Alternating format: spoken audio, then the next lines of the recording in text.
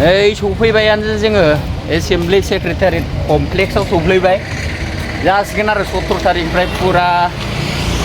सिङाव मा होननांगौ जाखो गावलायनाय जागोन आरो ना गावलायनाय टेंकफ्रा रेडि जाजोबखाबाय ना फुरा रेडिखा गासिबो दिनैहाय गभर्नरा फैखासिगोन एमएलए फ्रा फैजोबखासिगोन दिनैनो आरो बे एमएलए फ्रा सराइखेलाव थाहैगोन जाहै जोंनि EM हस्टेलाव थाहैजोबगोन दा नायनि माबायदि जायो प्रग्रामा फुरा बिउटिफुल दा साजायनाया सोलिगासिनो दङ खिन्थु लोगोफोर बे गुलिजों गावलायनाय जानाय नङा आरो खुगाजों गावलायनाय बे बरिया आसाम एसेम्बलियाव जेरै गावलायो बेखौबो दिनैहाय जोंनि बे माबायावनो BTC सेक्रेटारियेटआवनो नुनो मोनगोन नोंथांमोननो देखायनो सानदों नोंथांमोना नायलांबाय था दिनैहाय बे जोंनि सेक्रेटारियेटआ फुरा बिउटिफिकेसनाव सोलिगासिनो दं आरो सिंसिम हाबहोनोबो होआ आरो बिसोरो दा नायलांबाय थादोल' आं सुंद' भिडिअखौ होगोनसै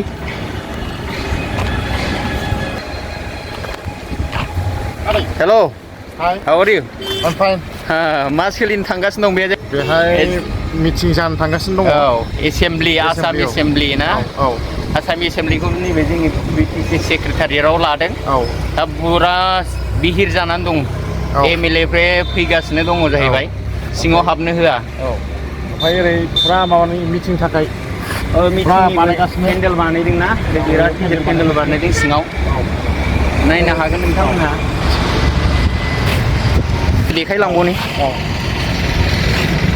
नैबे बायह्रानिफ्राय खेबनाय जादों आरो ओरै पेन्डेलबो बानायबाय पेन्डेला सिङाव बानायखाबाय बिराद गिदिर 17 तारिखनि उनाव फुरा हाबहोनाय नङा बे जायगायाव दा रिपेयारिं कालार होनाय सोलिगासिनो दं बिनि थाखायनो नोंथांमोना बायह्रानिफ्राय नाहरनो हायो आरो 18 तारिखआव हाबनो मोनगोन औ 18 हाब मोनगोन टेंकफ्रा रेडि जाजोबखाबाय फुरा गावख्रुबलायसिगोन बिसोर एमएलए फ्रा गुलिजों गावलायनाय नङा आन्थेबा खुगाजों गावलायनाय खामानिया बाव सोलिफैसिगोन जोंनि BTC आव जेरै गुवाहाटीयाव आसाम एसेम्बलि हल सिङाव गावलायो बे थिग बेबायदिनो जोङो दिनैहाय नुनो मोनगोन आरो नोंथांमोना नायलांबाय था चल' पेन्डेलखौ एसे देखायनि पेन्डेला हरैहाय दं पेन्डेला बरिया जाखाबाय बेसेबा गिदिर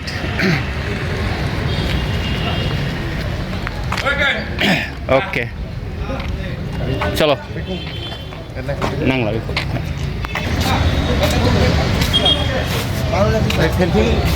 पेन्टिं सोलिगासिनो ओरै फैगासिनो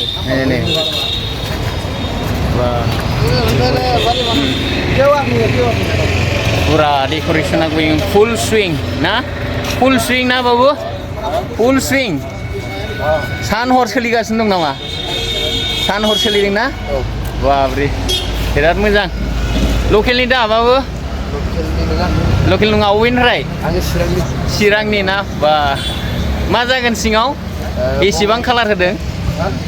सिङाव मा सोलिगोन सिङाव मिथिया जों मिथिया ना जायखिया कालार होग्रा होदों भेरि गुड थेंक इउ बिराद मोजां सोलिगासिनो दं खामानिफ्रा नायलांबाय थादो जायखिया लोगोफोर ओरैबो एसे देखायनोसै वा फुरा फुल स्विं बिराद खरा सोलिगासिनो दं सान हर सोलिदों ना ब्र' सान हर सोलिदों मा प्रग्राम जागोन प्रग्रामखौ मिथिया अके बबेनिफ्राय नोंसोरो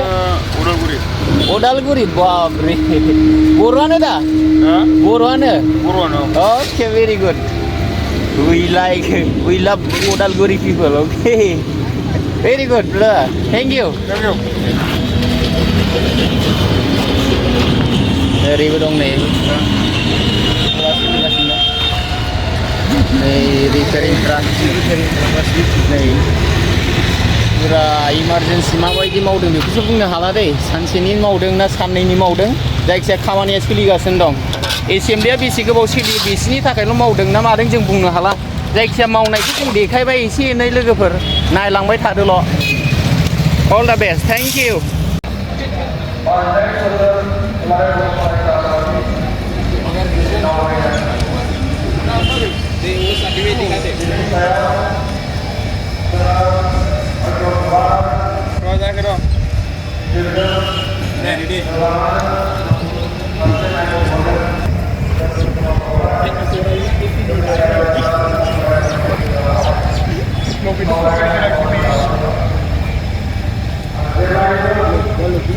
जोनोमनिफ्राय दिनैसिम जातिनि थाखाय समाजनि थाखाय ओनसोलनि थाखाय हादोरनि थाखाय खामानि मावनायाव खुनु दिन उनफिनाखै सिगांथिं फारसे नायनानै दिनै खामानिखौ मावबाय थादों आरो बेखिनियाव आं मोनसे दिनै बुंनो लुबैगोन बेवहाय जिहेतु इउनिभार्सिटिनि दङ दिनै कलेजनि फरायसाफोर दं दुलाराय बर' फरायसा आफादनि खामानि मावनायाव जोङो साफा साफा सासे सल्जार हिसाबै जोङो खामानि मावनो दरखार दं आरो दुलाराय बर' फरायसा आफादनि खामानि मावनानै खुनु सासे गथ'आ नस्थ' जाया सोरबाया बुंनो हागौ दुलाराय बर' फरायसा आफादाव खामानि मावनानै नस्थ' जागोन न' दुलाराय बर' फरायसा आफादाव खामानि मावोब्ला समाजनि खामानिखौ बुजिनो खाबु मोनो नोंनि रांखान्थिनि बाथ्रा सावरायनो खाबु मोनो राजखान्थिनि बाथ्रा मिथिनो खाबु मोनो नोङो सोलोंथाइ लानांगौनि बाथ्रा नों खाबु मोनो सासे मोजां नोगोरारि जानो थाखाय जायफोर बिथिंखौ नों मिथिनो दरखार दङ बेखौ दुलाराय बर' फरायसा आफादनि प्लेटफर्मजों बुजिनो थाखाय खाबु मोनो आरो दिनैसिमाव बे 52 बोसोरावहाय दुलाराय बर' फरायसा आफादा बर' माहारिनो मा होनो हाखो होननानै जुदि जों प्रश्न खालामोबा बेवहायबो गोबां बाथ्रा बुंनो हागौ खिन्थु आं बुंगोन दुलाराय बर' फरायसा आफादा बर' माहारिनो बुहुमाव सिनायथि लाबोनो हादों जोंनि बड'फा उपेन्द्र ब्रह्मनि दैदेननायाव जोंनि गेदेमा दैदेनगिरि बिथांमोननि दैदेननायावहाय बे सिनायथिखौ सारा बिश्वआव जों मोननो हादों जोंनि बर'नि जेंनायादि जेंना भारत नोगोरारि हिसाबै जोंदि मोन्थाइ मोननांगौ भारतनि संबिधानावदि जोंहाबो जेंना सुस्रांनायनि लामा दङ बे बाथ्राखौ भारत सरकारजों गनायथि जादों गोदो नाथाय जोंखौ खुनु रावबो सिनायामोन भारत संबिधानाबो जोंखौ गनायथि होआमोन बेखौ जोङो गनायथि मोननानै जेंनाखौ सुस्रांनांगौनि थाखाय दिनै दुलाराय बर' फरायसा आफादजों बर'नि दैदेनगिरिफोरजों भारत सरकार आसाम सरकारा रायलायनानै जोंनि जेंनाखौ सुस्रांनो थाखाय दिनै आवगायबोनो गोनां जादों नंगौ जेंनाया माखासे जोब्बाय माखासेया एफा दंबावो बेयो पर्यायक्रमे सम आरो खाबुखौ लानानै जोङो आवगायलांनांगोन दा आं मेलेमनि सिन्थाखौ लानानै जोङो जोंनि बुद्धिनि गेजेरजों जोंनि सोलोंथाइनि गेजेरजों जोंनि जे मा होनो बेखौ नलेजनि गेजेरजों जोंनि समाजखौ लांनो थाखाय जों गोदान मोनसे परिबेसखौ जोङो दानानै लांनांगोन ओंखायनो आं बुंदों मा दुलाराय बर' फरायसा आफादाव जेसेबां दा खामानि मावबोदों सोरबा नङा सोरबा गामि दैदेनगिरिनि दायित्व लाहैनानै दङ सोरबा गामिनि गावबुरा सेक्रेटारि प्रेसिडेन्ट जानानै दङ सोरबा समाजखौ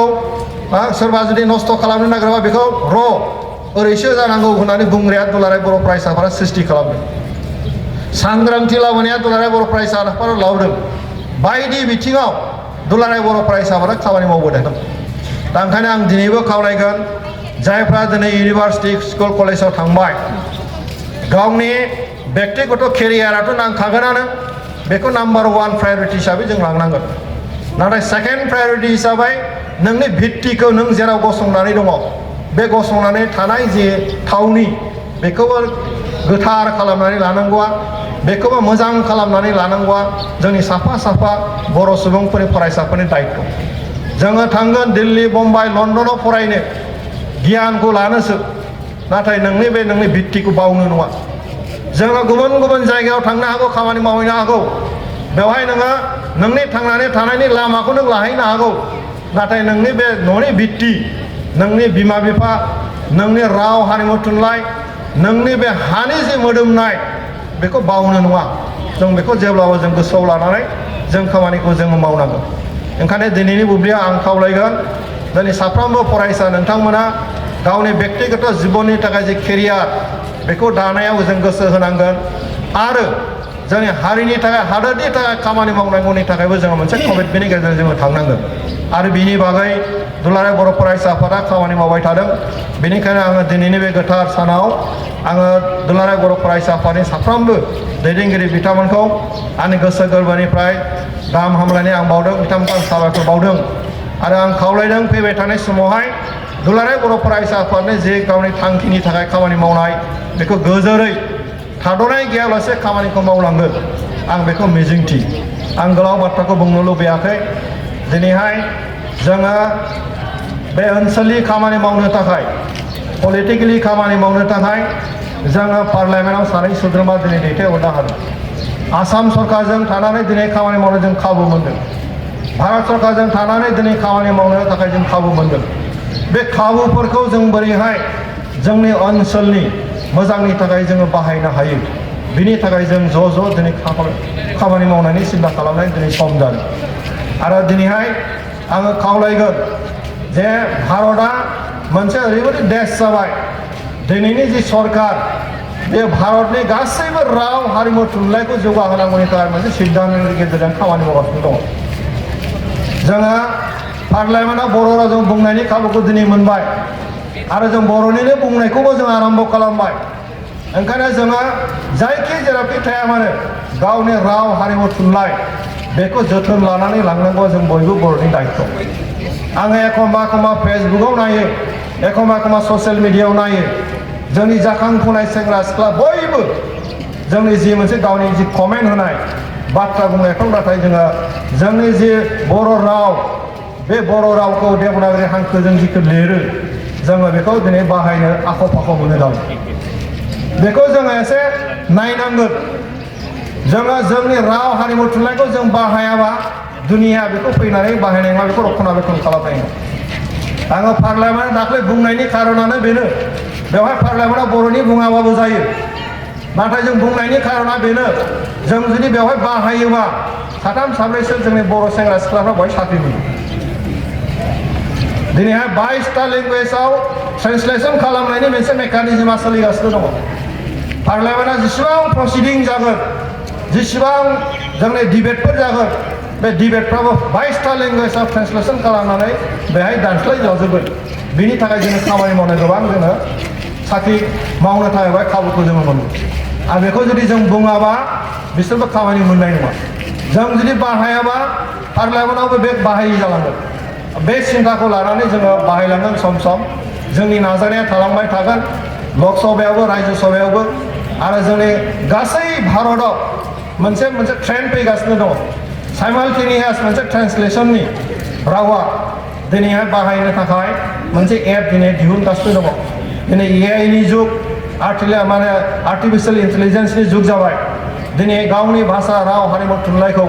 बेजों बाहायनानै बुहुमाव गोसार होनायनि दिनै खाबुआव फैगासिनो दं बेनिखायनो जोङो गावनि राव हारिमु थुनलाइखौ जोङो गोग्गानानै बेखौ जोङो जबरदस्त बाहायलांनानै जोंनि जे थासारि जों बेखौ गोख्रों जों खालामनांगोन आरो बेखौ मावफुंनांगौब्ला दिनैनि जे आथाल जायफोर यंग जेनेरेसन दिनै फैगासिनो दङ नोंथांमोनखौ आं गुरै खावलायगोन दावखोनांगोन थिगैनो दङ नों गुबुनावबो नोङो दखल खालामहैनांगोन थिगैनो दङ नाथाय नोंनि जि गुदि बे गुदिखौ जोङो बावनो मोननाय नङा आरो बेखौ गुदिखौ जोङो रैखा खालामनानैसो जोङो दावगालांनायनि बिथिंखौ जोङो सिन्थाखौ जों खालामनांगोन गतिके आङो बे फंनैसो रावखौ बुंबाय दाख्लै 12 तारिखनिफ्राय जोंहा मेट्रिक परिखा जागासिनो दङ आरो दिनैनिफ्राय जोंनि हायार सेकेन्डारि 12 तारिखआव हायार सेकेन्डारि आरम्भ जादों दिनैनिफ्राय मेट्रिकनि परिखा जागासिनो दङ बे बुब्लियावहाय जायफ्रा हायार सेकेन्डारि होबाय जायफ्रा दिनै मेट्रिक होदों गासैबो फरायसाफोरनि इयुननि गाहाम आं हास्थायबाय इसोरा जोंखौ अनहरथों आं बेखौ इसोरनि खाथियाव आरज गाबबाय बयबो बाहागो लानाय जोंनि फरायसाफोरनिसिम आंनि गाहाम हामलायनायखौ आं बावहरदों